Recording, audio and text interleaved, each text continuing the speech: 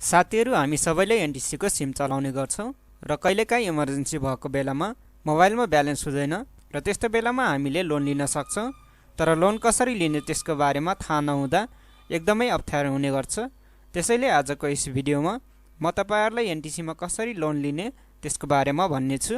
र यदि तपाईलाई यसको बारेमा थाहा छैन भने यस भिडियोलाई अन्त्यसम्म हेर्नु होला र यस भिडियोलाई आफ्नो साथीभाइहरुलाई शेयर गर्नु होला जसले गर्दा उहाँहरुले पनि लोन कसरी लिने त्यसको बारेमा थाहा हुन्छ।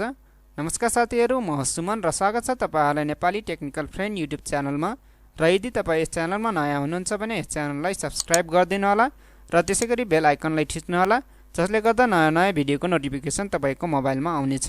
र अब चाहिँ लोन कसरी लिने त्यसको बारेमा भन्न गइरहेको छु। र एनटीसी मा लोन लिनका लागि तपाईको सिम कमसेकम 3 महिनाको हुनुपर्ने हुन्छ र यदि तपाईको सिम 3 महिनाको छ भने तपाईले लोन लिन सक्नुहुन्छ र लोन लिए बाबत तपाईले कुनै पनि चार्ज लाग्दैन र लोन चाहिँ फिक्स हुँदैन र लोन चाहिँ जति पनि हुन सक्छ।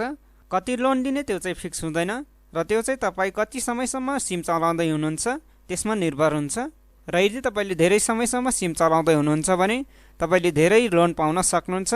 र यदि तपाईको सिम कम दिनको छ भने लोन चाहिँ अलि कम पाउन सक्नुहुन्छ। र सुरुमा लोन लिनु भन्दा पहिला तपाईले त्यसलाई चेक गर्न सक्नुहुन्छ र चेक गर्नका लागि स्टेटस टाइप गरेर 1477 मा सेन्ड गर्नुपर्ने हुन्छ र यदि तपाईले लोन लिनु भएको छैन भने तपाईले लोन लिन सक्नुहुन्छ। र लोन लिनका लागि तपाई आफ्नो मेसेजमा गएर स्टार्ट लेख्नु होला र स्टार्ट लेखिसकेपछि 1477 मा सेन्ड गर्नु होला र त्यसपछि तपाईले एउटा मेसेज आउनेछ र त्यो मेसेजमा तपाईको लोन स्टार्ट भइसकेको छ भनेर लेखिएको हुन्छ र यदि तपाईले बन्द गर्न चाहनुहुन्छ भने त्यसैमा तपाईले स्टप लेखेर 1477 मा सेन्ड गर्नुपर्ने हुन्छ र सेन्ड गरिसकेपछि तपाईले एउटा मेसेज आउँछ र त्यसमा लोन चाहिँ बन्द गरिएको छ भनेर लेखिएको हुन्छ र यसरी नै तपाईले लोनहरु लिन सक्नुहुन्छ। र यदि तपाईले फेरि पनि लोन लिनु छ भने स्टार्ट टाइप गरेर 1477 मा सेन्ड गर्नुपर्ने हुन्छ